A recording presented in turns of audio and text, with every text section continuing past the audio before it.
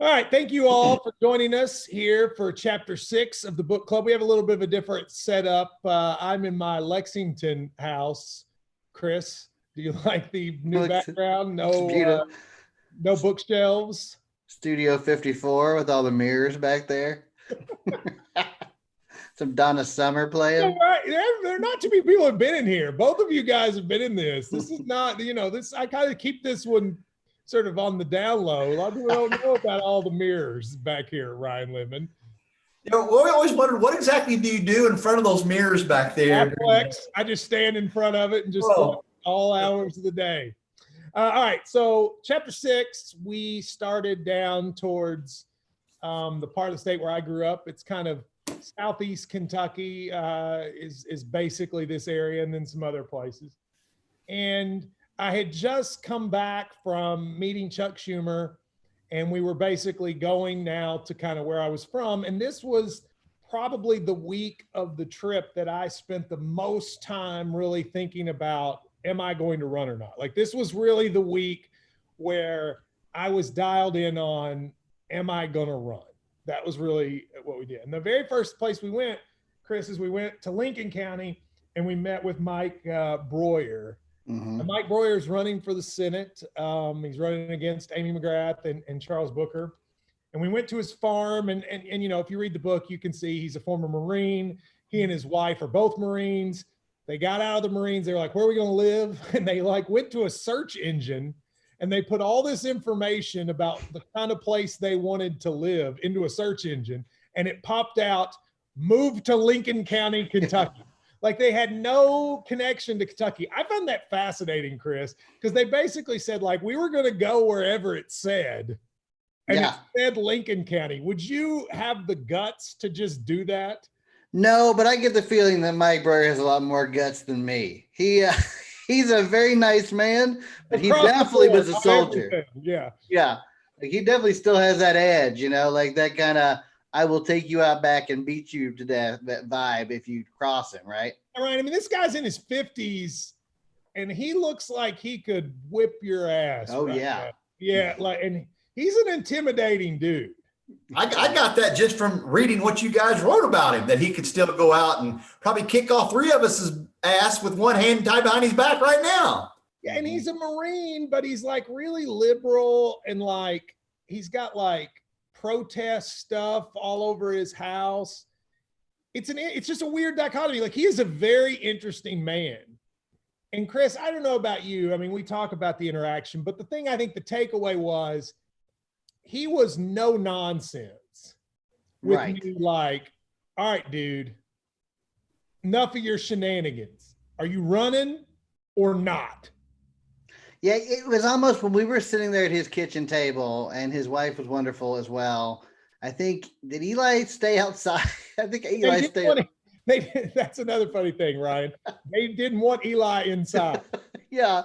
Eli had to stand outside with the dogs. Yeah. But it definitely felt like he was interviewing you as much as you were interviewing him. He was shooting questions back.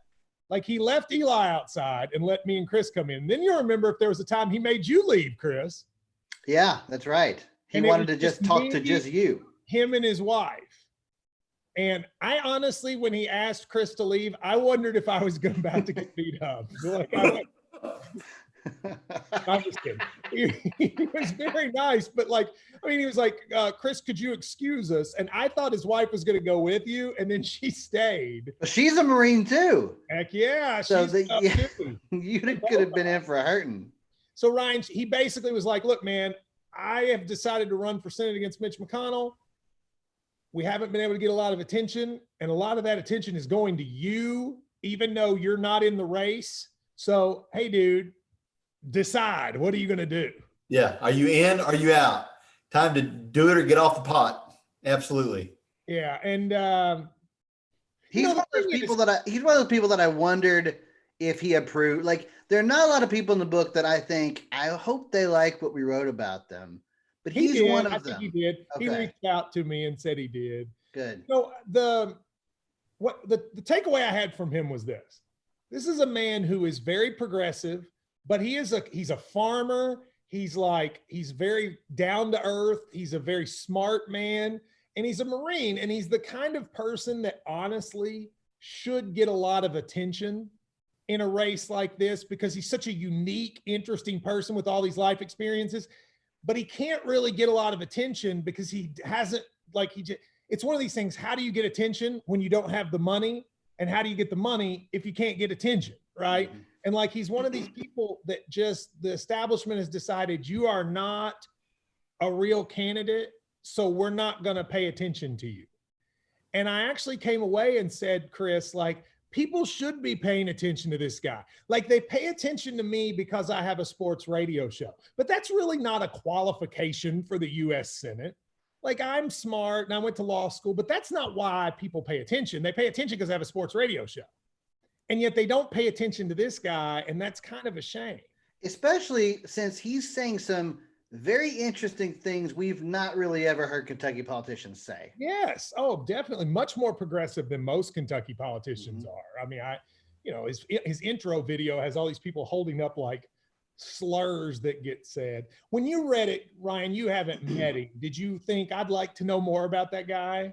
Well, I found myself kind of feeling sorry for him, because like you pointed out, even people in his own community didn't even know he was running. Yeah, that was eye-opening, because we left his house and they had gathered this group of Democrats to talk to me. And it was 20, 25 people, something like that, Chris, sitting in the courthouse.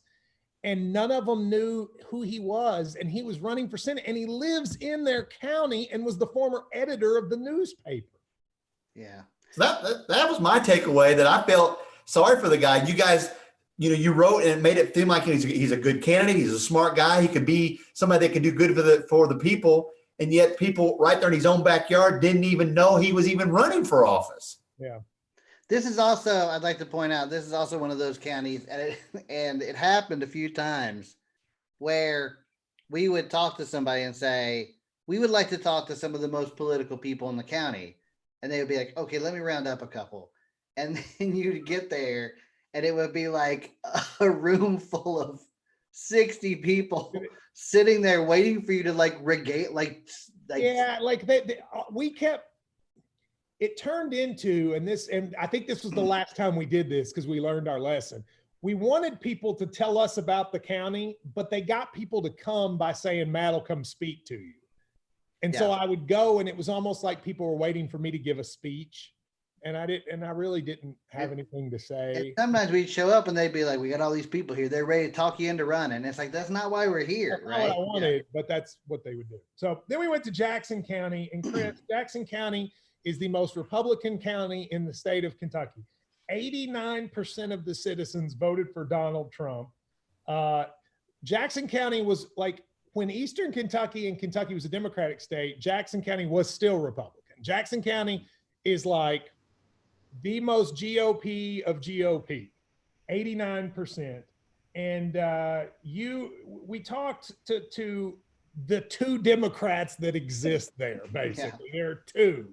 And we talked to them, and we were like, I think what was interesting, Chris, to us is, here are two people in this very poor Republican county who are fighting a battle that they have no chance of winning, and yet they still fight it. There was something kind of interesting about that. Yeah, we had that conversation a couple of times in the car on the trip, which is, and God bless them, but in a way you're kind of like, why are you doing this? Like, it's never going to turn Democrat, right? So like, you are really spinning your wheels a lot. And the more dedicated you are, the more you're spinning your wheels. Right. Can you imagine, like, if Jackson County voted 89% for Trump last time, presumably they're going to do it again. Can you imagine being the dude going door to door asking people to vote Democrat? Like, you got to have some cojones, Ryan Lemon, to do that. Like, you got to be a confident person. And persistent, and maybe a little up here. Yeah. This whole section here just interests me, because exactly what you said. Like, I think Chris's little note he wrote down, like, you have a better chance of finding a Whig than a Democrat in Jackson County. Puzzles me to no end. Yeah. I thought Chris had a great line here where we said we looked on the internet and we went to PelosiFriendFinder.com. I thought that was a great line.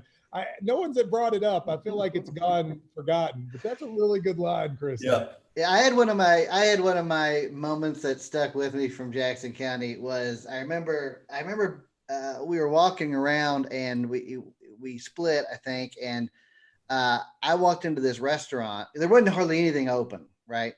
I walk into this restaurant and there's no one in there. It's open. And there's one waitress sitting in the back booth rolling silverware up with napkins. And I walk in the door and she looks at me and she just keeps rolling napkins. And I stand there at the doorway and I look at her and she just keeps rolling silverware.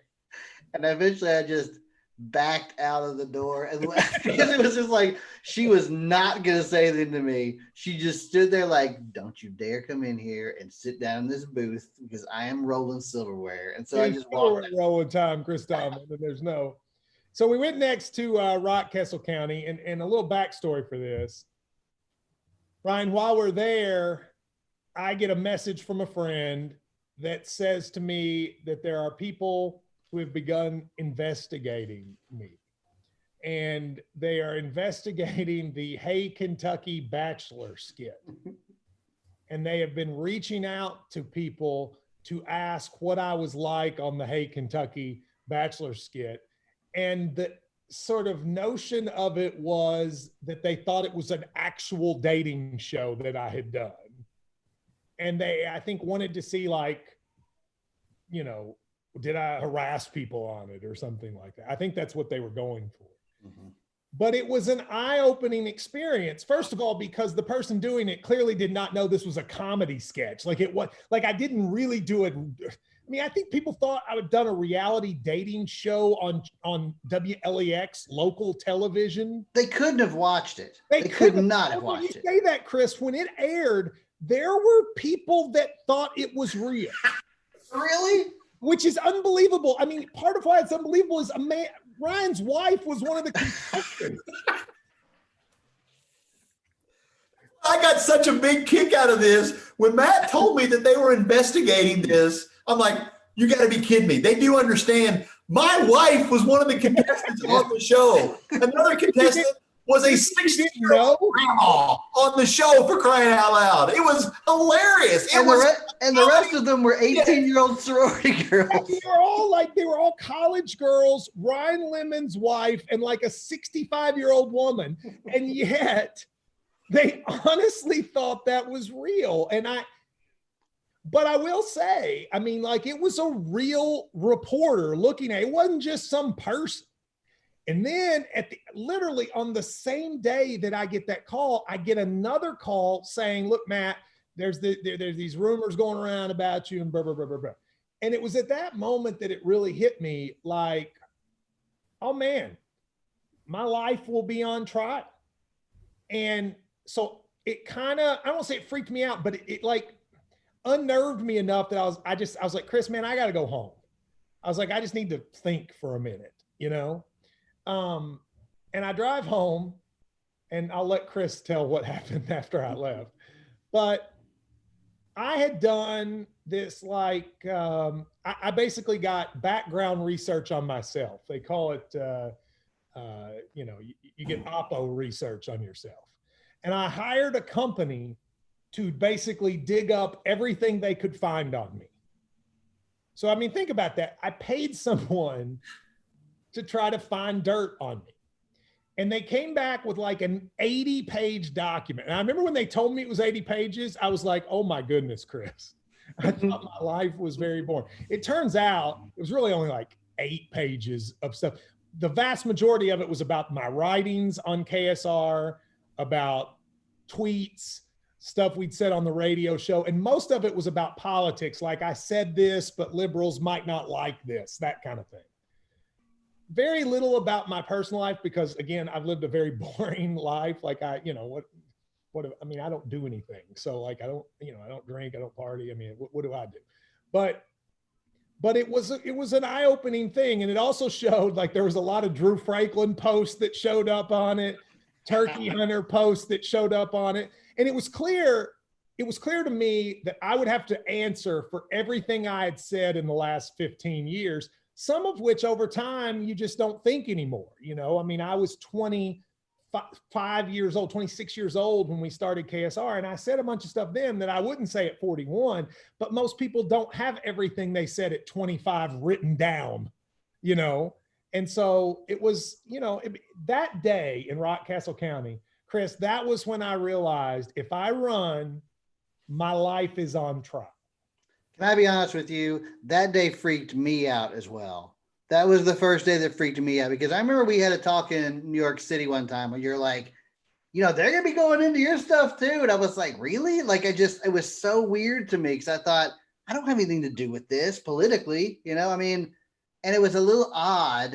And I'm like, man, I don't have anything that I was worried about, but like, it's just like the fact that you'd be looked into for no other reason than that you were just a friend of somebody was kind of creepy, right? I mean, there was a private investigator that was given a private investigator I know that was given a list of names, and they said, I want you to find all the dirt on these people. And on that list, Chris, you were not on that list yet because we hadn't started the book. Mm-hmm. But Ryan, you were on it. Drew, Shannon, Hubby, Tall, Johnny Bruce. I mean, basically my closest friends, really, Chris was probably my closest friend that wasn't on the list. And the idea that I would have to put Ryan, you through that, for instance, I hated that. Well, with the Bachelor, Chris, Ryan, what did you think about the fact that your name was on that list? Well, it's a little scary because, like you said, everything that you've done in your, everybody messes up. And I'm like, my God, I've done a bunch of bad stuff. And I'm thinking, now is it going to come out and hurt you, my friend? That's what was upsetting for me, is a mistake in my past going to hurt you with what you're trying to do. That's what was going to bother me. See, what bothered me was the idea that my decision to do something public could make your dirty laundry be public. Like, yeah. I didn't want you to have to deal with that. And so it sucked. And I had a very long conversation with a very good friend of mine who I said, does this bother you? And they were like, yeah, I mean, it does. But there's not, and they were very clear. I don't want you to not run because of this. But yeah, it worries me. And they were like, I remember when I did X, and, you know, not X isn't like ecstasy, but like thing X. And it really was, Chris. I think that was an eye-opening day. And again, I remember I had a person say to me when I was thinking about doing this, Matt, think about the worst thing you've ever done and just assume it will be public. Are you okay with that? And I thought about it.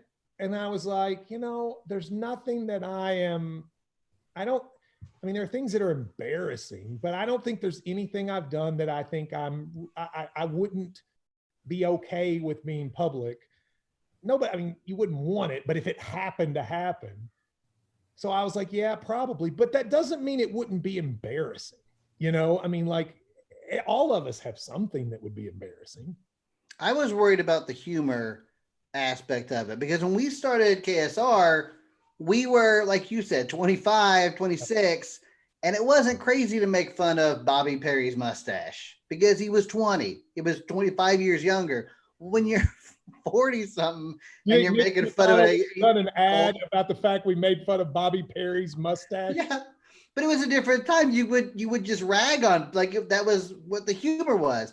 And like with the Bachelor thing that I was involved in, I wrote a lot of that and I directed a lot of that. So, I mean, like, you know, it was starting to creep into my thoughts a little bit at that time too, going, you know, man, this is going to be really weird, because we had just, you know, this, like you said, was the tip of the iceberg sort of for you. Well, the angle was probably going to be two things. One, he's this like Barstool, like there was a lot of stuff in there about my connections with Barstool, just being friends with them.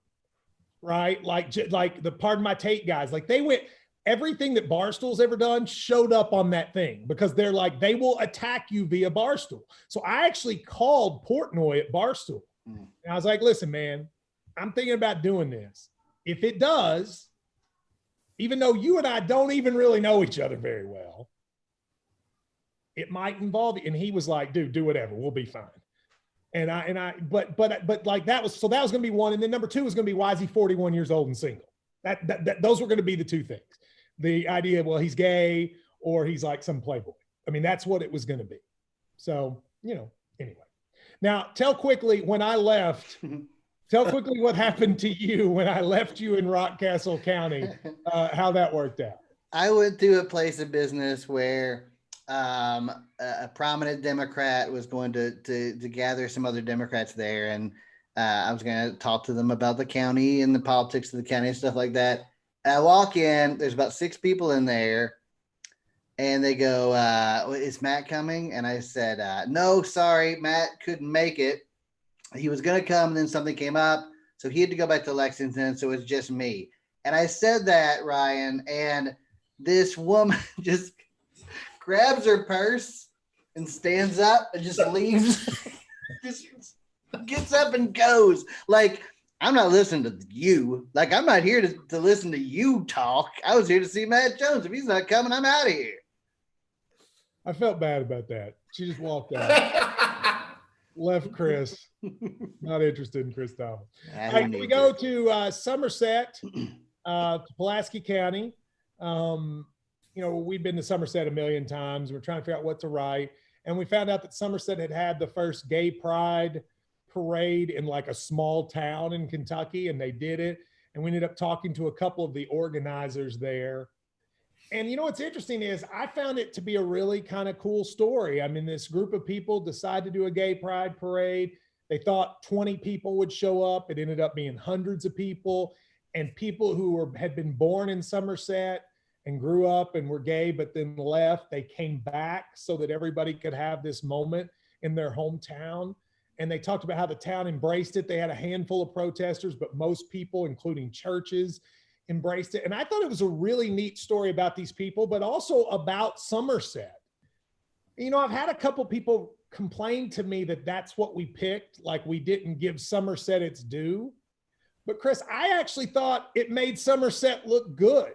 Like, I actually thought it showed that here in this place where there would be all these stereotypes that people would be awful, they still rallied around their citizens. And I actually thought it was really nice. Oh, I think definitely. I think that it was one of the more, I think, heartfelt stories that we heard and also told in the book, because to hear the women who spoke to us talk about it, I mean, it was really cool. They had Nazis show up, they had people protesting, and they told these amazing stories about children who were turning away protesters and things like that. And it was great. I agree. I thought it made Somerset look great. I don't know why you would be mad about that.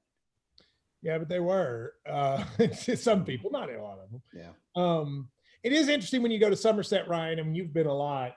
Like Somerset, largely because that's where Hal Rogers lives, has really boomed in a way a lot of small areas haven't. And the main drag of Somerset is really economically doing amazingly well. And it's such a contrast because you can go down the road to Monticello, which isn't that far, and it's not the same thing. And it's almost like Somerset has won the lottery of small towns in the central to eastern part of the state. Yeah, just in the last, 7 or 8 years of you and I going down there every single summer with the radio show, we've seen it grow, and it has really been booming. Just off the lake down there, it's it gets a lot of business for people off the lake. And I agree with what Chris just said. You guys writing this made me very proud of Somerset and the people of Somerset. This was one of my favorite parts of this whole chapter, was this story that you guys told of the Gay Pride Festival that they had there in Somerset. So I'm glad you wrote it. It's interesting. Somerset, I would say, might be doing better than any town in Kentucky that's not on an interstate. That's a good call. I mean, the hotel we stayed at. Really, Somerset is not easily accessible really anywhere. I mean, and yet it does really well. And normally I've said when they drew up the interstate system, they basically decided winners and losers in Kentucky. They basically decided, you know what, London and Corbin are going to flourish and Harlan and Manchester are not, solely because we're putting 75 through here, right? But Somerset's different. For some reason, it has flourished, and it's really not close to any of those roads. Remember that hotel we stayed at was right next to that gigantic arts center. Yeah. So anyway, I thought that was good. Now the next 3 counties, McCreary, Wayne, and Garrett, we basically focus on healthcare. And this is the part of the book that is about healthcare. And I will say in McCreary County, we went to this cafe in Pine Knot called the Crowley's Country Cafe. It had when you walked in, it had a picture of Mitch McConnell hanging in the front. And it also had a sign, warning, you're entering a redneck area. You may encounter American flags, armed citizens, the Lord's Prayer, and country music. Enter at your own risk. I just thought that was a hilarious sign. Like, did they think somebody was gonna be like, well, the Lord's Prayer is here, I'm out. I have nothing to do with this. It's funny though, we didn't really talk about this, but we saw a lot of places that had these signs up like that. And I think they're supposed to be funny and kind of cute, you know, but like, I wonder if that works on some people. Like, no, I wonder if that happens. Doing, Chris, I think there is, and I, you know, I could write a book about this. I won't, but I think for many years, liberals got accused of being like having the victim mentality. Like in like the 80s and 90s and even 2000s, when liberal people complained, they'd say, oh, you're playing the victim card and all this. And you know, maybe to some extent that was true sometimes, but I think there was a notion that liberals are the ones that complain about how they're being treated and how the government treats them. And that has flipped in the last few years. And I think a lot of conservatives, especially Trump conservatives, have taken over the mantle of victims. And they believe that Christianity is under attack, that values are under attack, that the patriotism is under attack. Some people go further and think being white is under attack. And I think the idea of victimhood has in some ways switched to the other side, and that like now people think, well, the government's liberal and we're the ones that are being, and I think signs like this, I mean, this is being silly, but I think signs like this are like, you know what, we're victims and we stand up for the flag here and we stand up for God here. And I think a lot of that is this view, and I'm not mocking it, I'm just saying I think it's what people believe, that the government is now out to get them. And that's the whole Trump deep state and all that stuff. I think that's changed.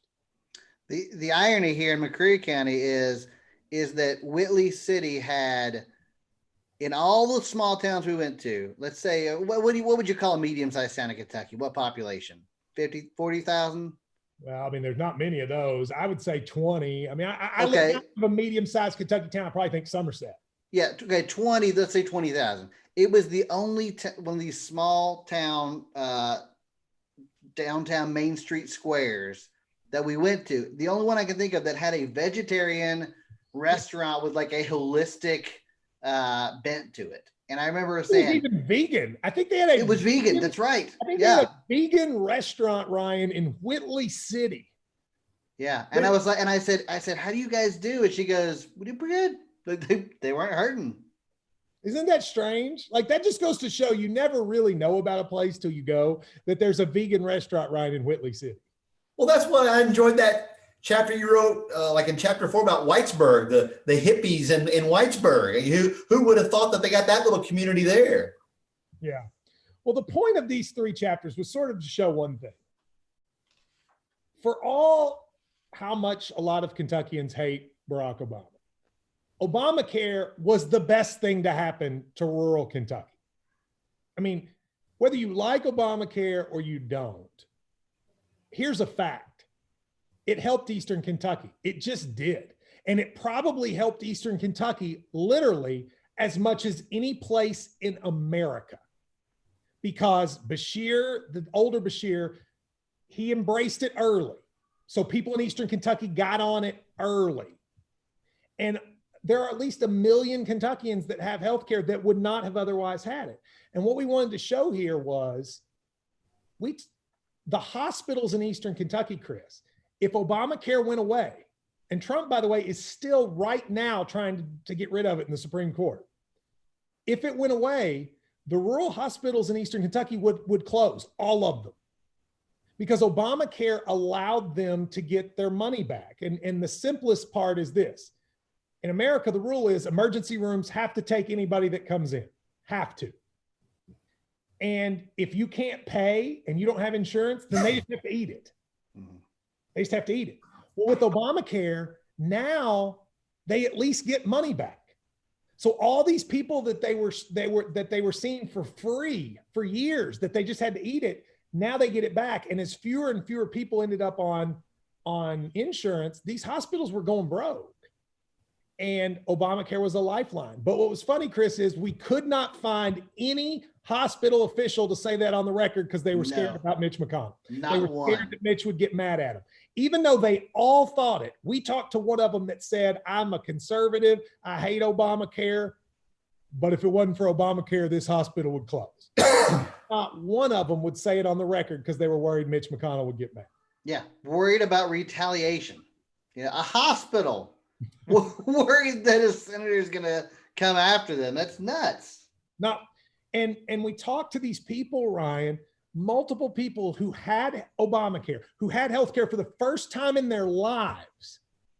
And I would say, it's interesting. You like your healthcare, but you're for Trump. He wants to take it away. And they'd go, no, he doesn't. And I'd be like, well, I don't want to argue with you, but yes, he does.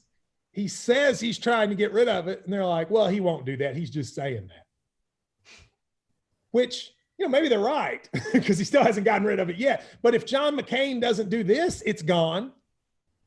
It'd be interesting to see what would have happened if McCain, it would have been awful for America if McCain did this. Yeah. I wonder if all these people, would that have been what it would have taken for them?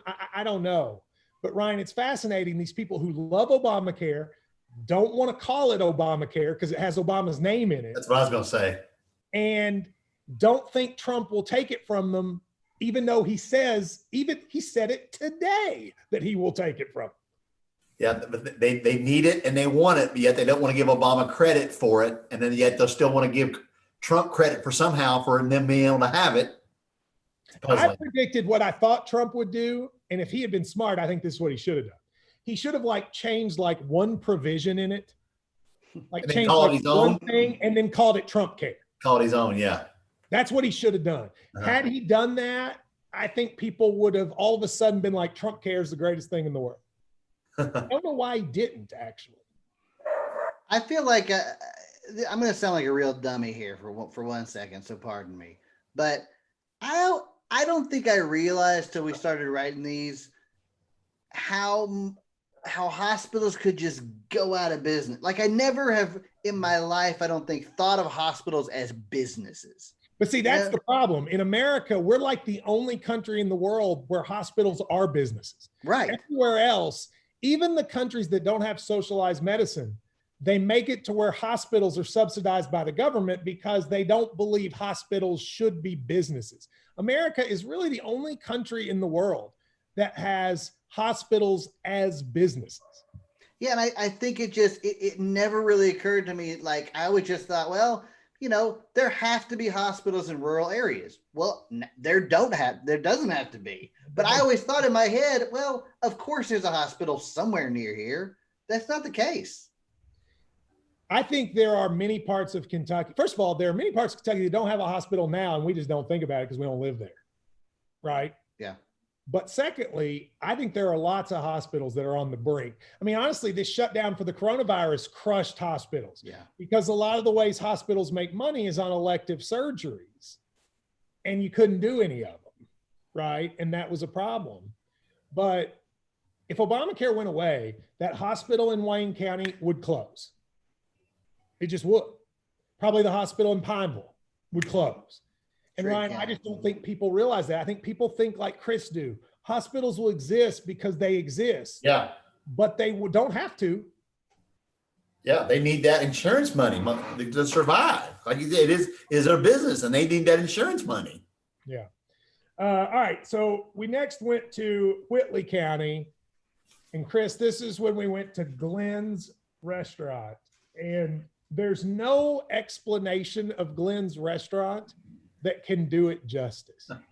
Chris and I were driving on this road. It was, what's the name of the road? Highway 92. Yeah. And Highway 92 is one of the worst roads in the state. To get to Williamsburg, that way is a horrible decision. But I was like, Chris, I want to go this way because it's such a terrible road. And we went and we passed by this building. And as soon as I see it, I see a sign that says Glenn's and it says open. And I was like, and I pull up. No, that's exactly how it happened. Yeah. I mean, I hit the brakes because I was like, I know something's in there. Mm-hmm. And it's hard to describe what it looked like outside. It looked like there's no way there's something in there. Like there was. If there hadn't been an open sign, you would never have just walked in. I mean, there was trash everywhere. The building was falling down. It was just, and it just said Glenn's. And we walked up to the door. And this is, even at the door, Ryan, I assumed it wasn't open. And I'm looking at the door and there's this picture of a dog. And this man pulls up to the road, sees us standing there and goes, "Go on in, boy." So we do. And I don't know I can describe what it was. It was like something from a different planet. Like it was a country store, but not really. It was a store that just had random things in no particular order for sale. So it would be like a box of Raisin Bran next to a muffler. And it had like a refrigerator that had drinks, but they'd been in there so long that they were deflated and sucked in. It had like a bag of, what do you call them? Gumdrops. Bag of gumdrops, but hand put together in like a Ziploc bag. I mean, Chris, it was the strangest place I've ever seen. It was easily the most surreal moment of our entire trip. It was as if some sort of Hollywood set designer had gone in there and very carefully curated visually every single thing you saw in the place. So like you'd look up and there would be a coat hanger hanging from a beam in the ceiling that had a bunch of scarves on it. Just there. There was a Willie Nelson fish-shaped. Yeah. Yeah. They had Christmas decorations. They had like decanters that looked like manatees. It was like a movie set. It was also a grocery store, so they also had like cans of soup. Yeah. I mean, big things of tartar sauce. Yeah, huge tartar sauce, like Costco level tartar sauce. I found a pack of baseball cards from like 15 years ago. Mm-hmm. And then it was a restaurant, and the restaurant was back behind a little counter, and the room was dark, so you couldn't even see inside where he was cooking. Was like an old stove, but not like a commercial stove, just a guy's stove. A typewriter and an old a toaster and an old refrigerator. Mm-hmm. And he just looked at me and said, "What do you want to eat?" But there was no menu. Like it wasn't even clear to me what you would order. And I said to him, "Well, what do you have?" And he was like, "Everything." And the thing is, I'm not sure he was wrong. I feel like I could have ordered anything, Chris, and it would have been somewhere in that building. We had a conversation, if you remember, after we left, where we tried to gauge which of our friends would eat there. Yes, hubby was the answer. I mean, hubby's the. We did. We went through everybody. We were like, would Parrot eat there? No. Yeah, we decided you and hubby, Ryan, would eat there. Sounds like my kind of place. You did the radio show the next morning, and you were giddy talking about this place. You were just so excited you had found this gem on the side of the road, wherever it was. Just describing what you found. What's going on, Ryan? Is that your house? I don't know. The dogs are downstairs. I don't know. I'm sure they're looking out the window, looking at another dog and like going crazy. Sometimes I wonder if I dreamed the place, because there's no place like it. Like, honestly, the best way I could describe it is think about the movie, Oh Brother, Where Art Thou? And think about if they were trying to make a rundown country store in Oh Brother, Where Art Thou? Yeah. Not a nice one with Dapper Dan at the top, like a rundown one. That's what it's like. But yet it was charming, weirdly. Like he was very engaging, but it just did not feel like it was 2000 and I guess it was 19 then. In that, Chris, I want to go back to see if it's like my memory. Like, is it just, or have I just dreamed it? Well, true story. I went back last week and there was just a field there. And I grabbed somebody. I said, "What happened to Glenn's restaurant?" And they said, "Don't you know? Glenn's restaurant burned down 40 years ago."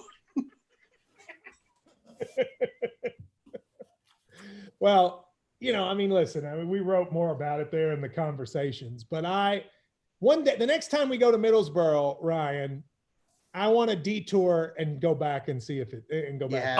I would definitely go with you. That's the kind of place you and I stop at on all our travels. So I'll definitely go. I'll tell you what was sad though, after having done it. He said, "My brother runs a store down the road." And I said, "What's the name of it?" And he said, "Blue Store." And I said, "Why is it called Blue Store?" And he said, "Because it's blue."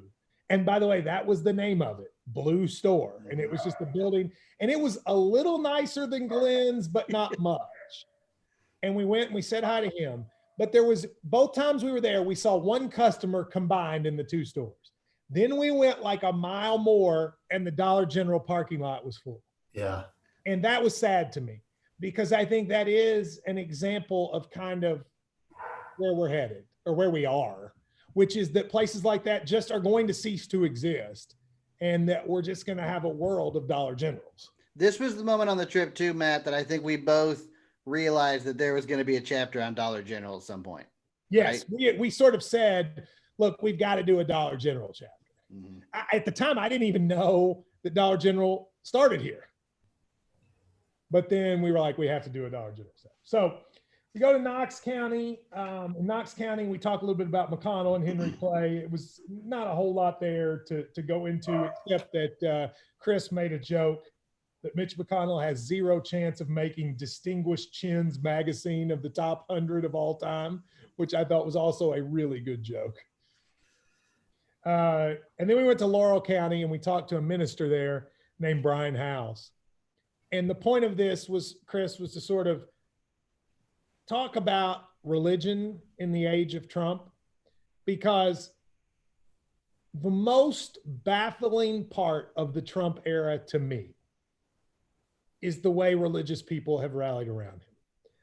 I will never understand it, ever. When I'm 100 years old, I am not going to understand how religious people have rallied around Trump. I mean, the answer is probably abortion, but let's be real. You don't think Trump's had abortions? Like, really? Trump was pro-choice his whole life until a few years ago.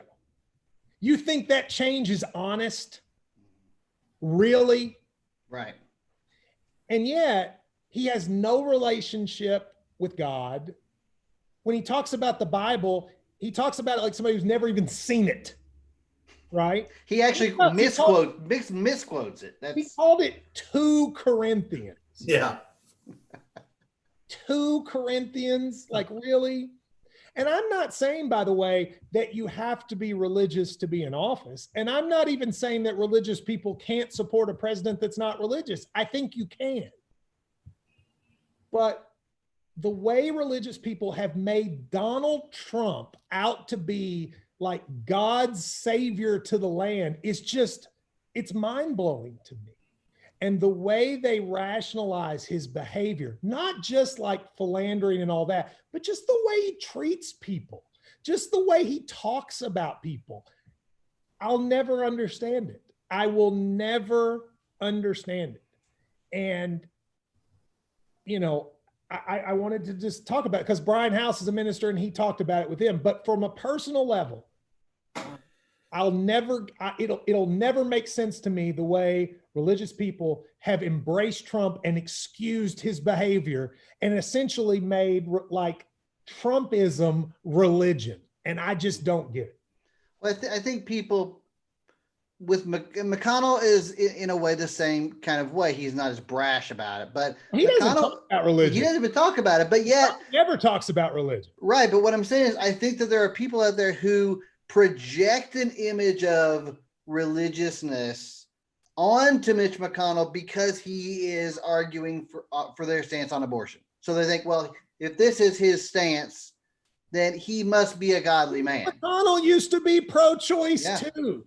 I mean, the reality is Mitch McConnell and Donald Trump do not care about abortion. And I will say one more thing. Republicans, like there are a lot of people that care about abortion, I'm sure, including people watching right now. But those people don't. The Republicans have had a majority of the Supreme Court for 40 years. You know, everybody talks about the Supreme Court being liberal and liberal judges. Republicans in my lifetime have had the majority of the Supreme Court for 40 years, and they've never overturned Roe versus Wade. Yeah. Why? Because they don't want to. You just want to. If they wanted to, they would have already done it. Yeah, you just want to kind of say, you know, I get that McConnell is voting in your interest, but do not mistake that for him being the type of person that you are. You know what I'm saying? Like, right? Religious people, especially religious people in the mountains, I think are some of the most sincere people on earth. And every church in the mountains is filled with people who love God, who praise God, and who live for him daily. And it is baffling to me, a man who stands against all of that is like the guy. It's just bad. We go to Clay County, and if you want to talk about what real religion is, Jason Root. Now, you know, if you've listened to the radio, you've heard me talk about Jason. He's a minister. He's blind.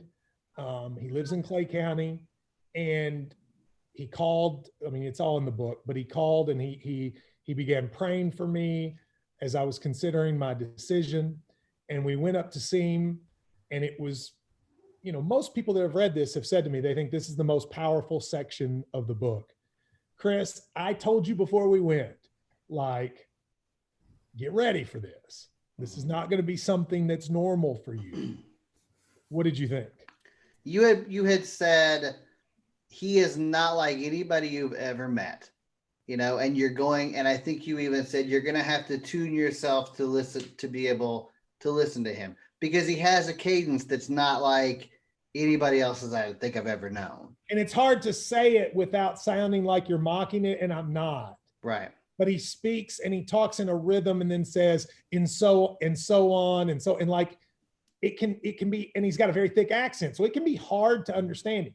If you buy the Audible book, I have him read his chapter, and he says a prayer for me that is not in the book on the audio version.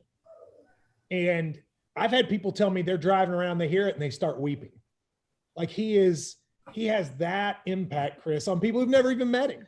It is. I mean, it's not a hyperbole to say that it is a transformative experience to meet Jason.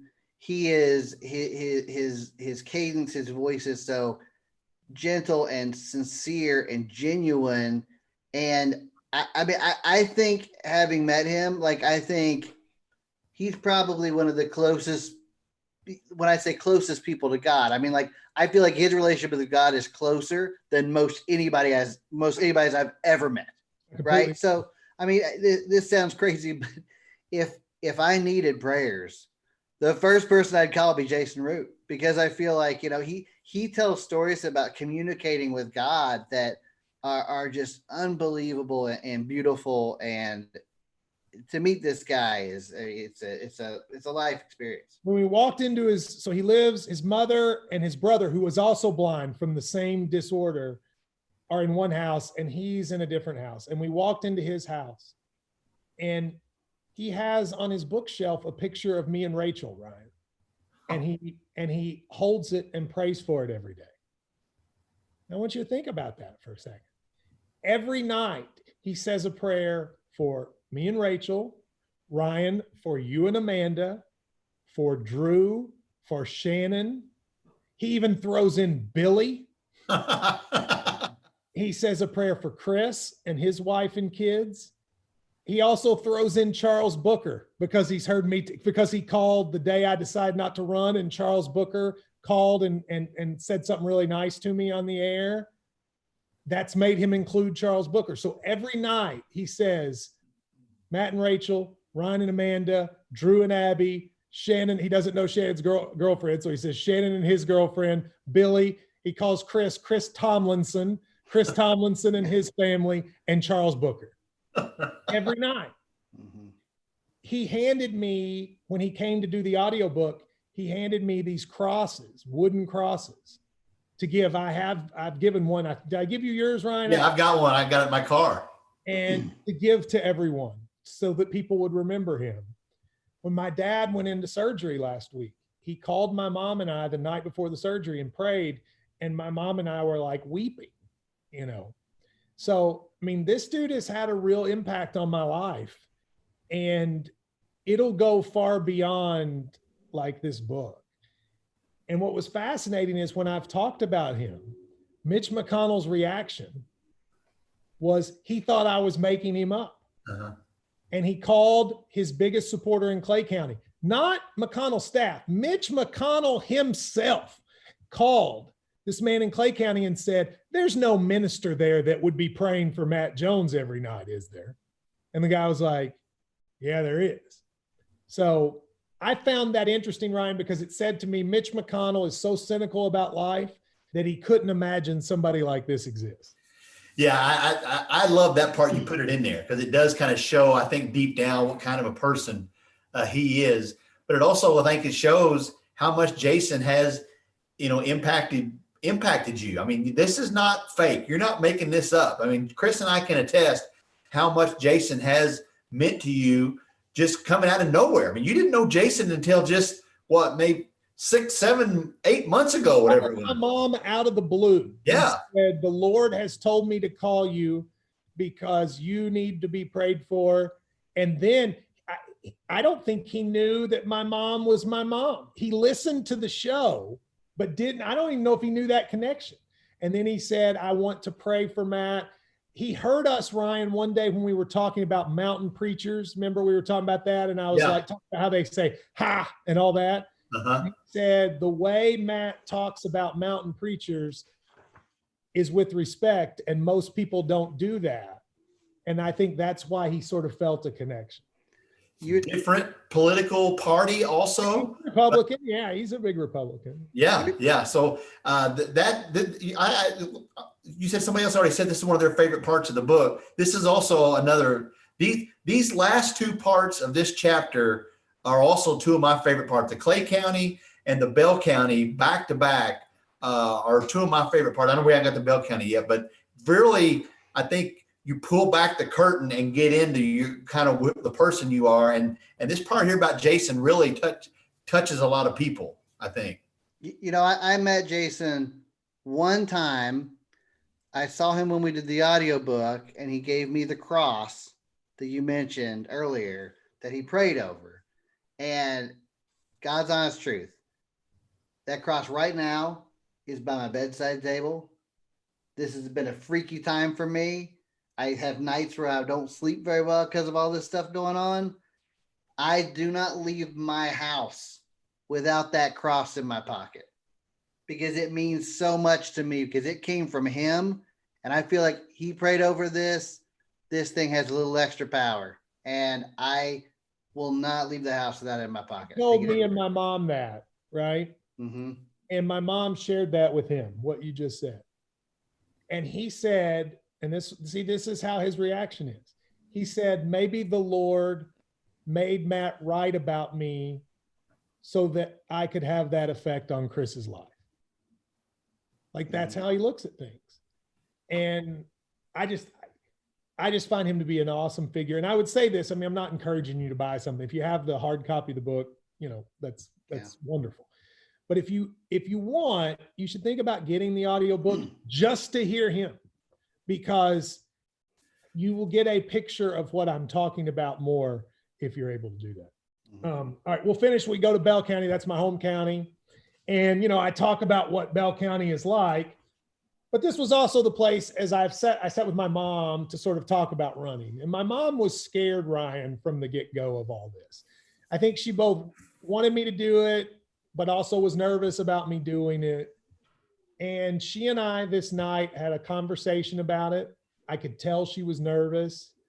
I could tell, that she was really worried about me if I did it. I think I could also tell that she was worried if I didn't do it, I'd regret it.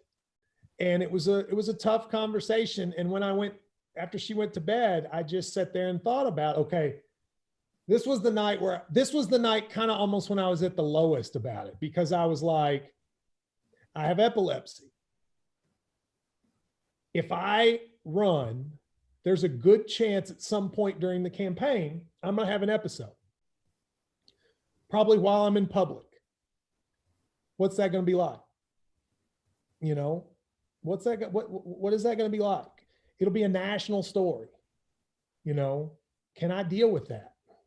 Can I deal with my health being like something people talk about? Can I deal with the fact that my mom probably will have to stop being a prosecutor if I do this? Because it'll just be tough on her. Like, she didn't say that, but it just will. Can I deal with the fact that my girlfriend is in New York and is a TV producer and now is going to have people following her around while she sort of pursues her dreams? Can I deal with the fact that my friends' families' lives are going to be disrupted? Like, all of that hit me that night. And I left thinking, I'm probably not going to do it because I just can't put these people through this. And I also don't know if I can put my own health through this.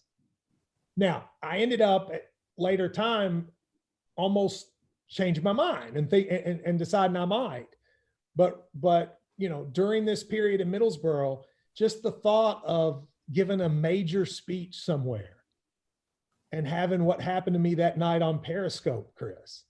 What if that happened? It's happened to me once before. What if it happened again? Like, that was kind of what was on my mind. I didn't mean to leave you too silent. One of you can respond. Well, I'll say this. For those close to Matt, we kind of knew the internal struggle that you were going through about running. But I think this is the first time in the book you pull back the curtain and let the reader in on the struggle you were going through internally. Up until this point in the book, you kind of let the reader in on the outside struggles you were going through about whether to run or not. But this is the first time in the book you let the reader in on the internal struggles you were going on with this conversation about you and your mom, and also, about the part with Rachel. So it's very powerful. And I don't know if you remember, you had read this part of the book to me. You and I we did a remote in Glasgow at the Don Franklin Auto, and you were proofreading it. And you said, I want to read something to you.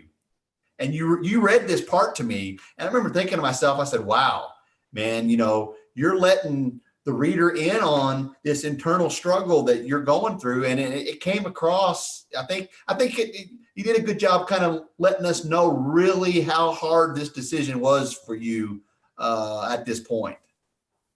Yeah. And I think, Ryan, and I'm sure you would agree too. I mean, those of us who are close to you, we were constantly seeing people saying, Matt, you need to run, or Matt, I wish you would run and just keep doing that show, or whatever. Everyone had an opinion on whether you should run or not. And I think, and Ryan, I think you'd agree, like, being with you and seeing how hard that was, I never wanted to give my opinion on that. Right. So my opinion on that was always, what he decides to do is what he decides to do. It is not after knowing how hard that was on you, I always knew this is not my choice to influence whatsoever. If he runs, I'm supporting him. If he doesn't run, I'll be fine with that too. And Ryan, I bet you were the same way. He would ask me you would ask a lot of times, and I would always say, man, we got your back no matter which way you decide. We're going to support you, whatever you decide. We're all going to support you. And I think he needed to know that. But you can tell with this chapter, though, man, with his mom, this was tough because mom was struggling with the decision as much as Matt was struggling with the decision, I felt like. And people, I mean, this is hard to say because it makes me sound like I'm being like arrogant, and I'm trying not to be, but it's just the truth. And Chris, you saw a lot of this. Ryan, you saw a little bit of it. People would come up and beg me to run. Like, not just say, we wish you would run, like beg me to run and talk about how, like, you know, people would say things like, Matt, you got to run to save the country. I had a former US Senator call me a week before I made the decision when McConnell got me kicked off the air, call me and say, you owe it to the nation to run because you're the only person that can save democracy. And he wasn't kidding. Like, that's what he meant it. Like, so all I could think about was whatever I do is going to let a whole lot of people down. That's all I could think about. Like, for some reason, I couldn't think about whatever I do is going to make people happy. All I could think about is whatever I do is going to let people down. And it was tough. And it, you know, I finished this section. When I left my house, I drove out to a part of Middlesboro called No Town. And like, that's a part of Middlesboro that's really run down, very poor. And, you know, for a lot of people, maybe not so much in Kentucky, but in a lot of the country, they've never seen places like that. And I drove by and I looked, and this is the truth. I looked at this and said, nobody cares about these people. Nobody. The Democrats don't care about them. The Republicans do not care about them. They don't. They say they do, but they don't. They do not care about the poor white people in Appalachia. They just don't. They don't care about the poor black people in Louisville and Lexington, and they don't care about the poor white people in Appalachia. And there is no one that cares about these folks. But I thought to myself, I know I do. And I know if nothing else, if I ran, I would take up for these people. And I wrote in the book, if that's true, isn't it selfish of me to not run just because I'm nervous that they'll say something about my epilepsy? Well, maybe not, maybe so, but that weighed on me. Like, if you know you're the only person that would take up for these people, how can you selfishly not do it? And then I finished by that story about Scott Jennings. And look, Scott Jennings and I are friendly. I'm not trying to crush Scott Jennings. But, you know, at the Kentucky Chamber of Commerce, he and I are doing a debate. And I make some sort of statement where I say something like, look, you know, if I run, this dude, and Scott Jennings, for people who don't know, is a Mitch McConnell like advisor. I was like, this dude is going to try to ruin my life. And he did not like hesitate. He goes, I'm not going to try to ruin your life. I am going to ruin your life. And he said it and started laughing. And in this room full of business people, probably 500 business people, probably some of the richest people in Kentucky, nobody laughed. Nobody. Because I think they knew, A, he was telling the truth. And B, he didn't read the room very well. But that stuck with me because he, not only did he say it, he felt emboldened to say it, right? Like, he felt emboldened to say, I'm going to try to ruin your life and you're just going to have to deal with it. You know, that was a threat. Yes. Yeah. It was not a joke. Yeah. It was the truth. Now, he'll say he's kidding. And on some level, he probably was kidding. But at the same time, he also meant it. Like, he felt comfortable enough to say it. Yeah. So anyway, that was Bell County. And I ended up not running. And, you know, it was the right choice, especially now. I mean, now that we're going through this, can you imagine being a candidate going through all this stuff? Like, how in the world do you deal with that? And then what's happened with my dad? I can't imagine if I was a candidate and this was happening with Larry. Like, I don't even know. Like, all this stuff with Larry during the coronavirus has been so difficult. If I was also a candidate for the U.S. Senate, I mean, I thought about that reading that chapter. When you talk about Larry in that Bell County chapter, I thought about that. My goodness, what if all that had happened and you're on the road campaigning and then this happens? You know, it's good. It could have been just a total nightmare. Yeah. And you're not out there by yourself campaigning. You got a whole team. You know, you're bringing other people out there on the road. You know, I mean, this is an impossible landscape to try to do something like that. I can't imagine, like, if you're Charles Booker and Mike Brewer. I mean, Amy McGrath's a little different because she's got the lead, so she probably doesn't have to do anything, to be quite frank with you. But if you're Charles Booker and you're Mike Brewer, what do you even do? I mean, like, what are you going to say? Like, you can't, first of all, you can't raise any money. Nobody's giving, people are trying to put food on the table. Like, nobody's giving any candidates any money. Hell, you can't even shake a hand. You can't shake hands. You can't have rally. Like, how in the world do you get people to know who you are? You can't go anywhere. Like, you know. Yeah, can't have a rally. Can't have a fundraising dinner. Can't do anything like that. Yeah, I mean, it's made it to where it was already hard with Amy McGrath, but like, I don't even know what you would do. And like most people, I don't think are in the mood for politics. Like they don't want to be. And then on election day, like half the state's not gonna be able to leave their house. So like, you know, I don't know what you do if you're those people. So anyway, well, Ryan, so you enjoyed this section? I did. Yeah. The 2 times that you've invited me to come on have actually been 2 of my favorite chapters of the entire book so far, chapter 4 and chapter 6. So good job. We will bring you for at least one more before we're done. Tuesday next week, we'll do chapter 7 and 8 together because the Louisville chapter 7 is pretty short. So we'll do chapter 7 and chapter 8 together. And then we'll do 9 on Thursday. And then the next week do 10 and call it a time. So make sure, tell people about this. I know and these will go up and all 6 of them are on there. And I've enjoyed it. Thank you guys very much. We'll see you on Tuesday. Thanks for joining us, Ryan. Still no pictures. I'm still looking for some pictures. Of what? In the book. There's no pictures in the book. Well, you know, what are you going to do? Next one, the paperback comes out in October. So maybe we'll throw some pictures in there. They want me to write an extra chapter for the paperback. I think I'm declining. What are you going to write? Like, what am I going to write? They want me to write about the coronavirus. What? Like, what are you going to say? The coronavirus, man, that sucked. All right, we're going stopping now. So got stuck at home.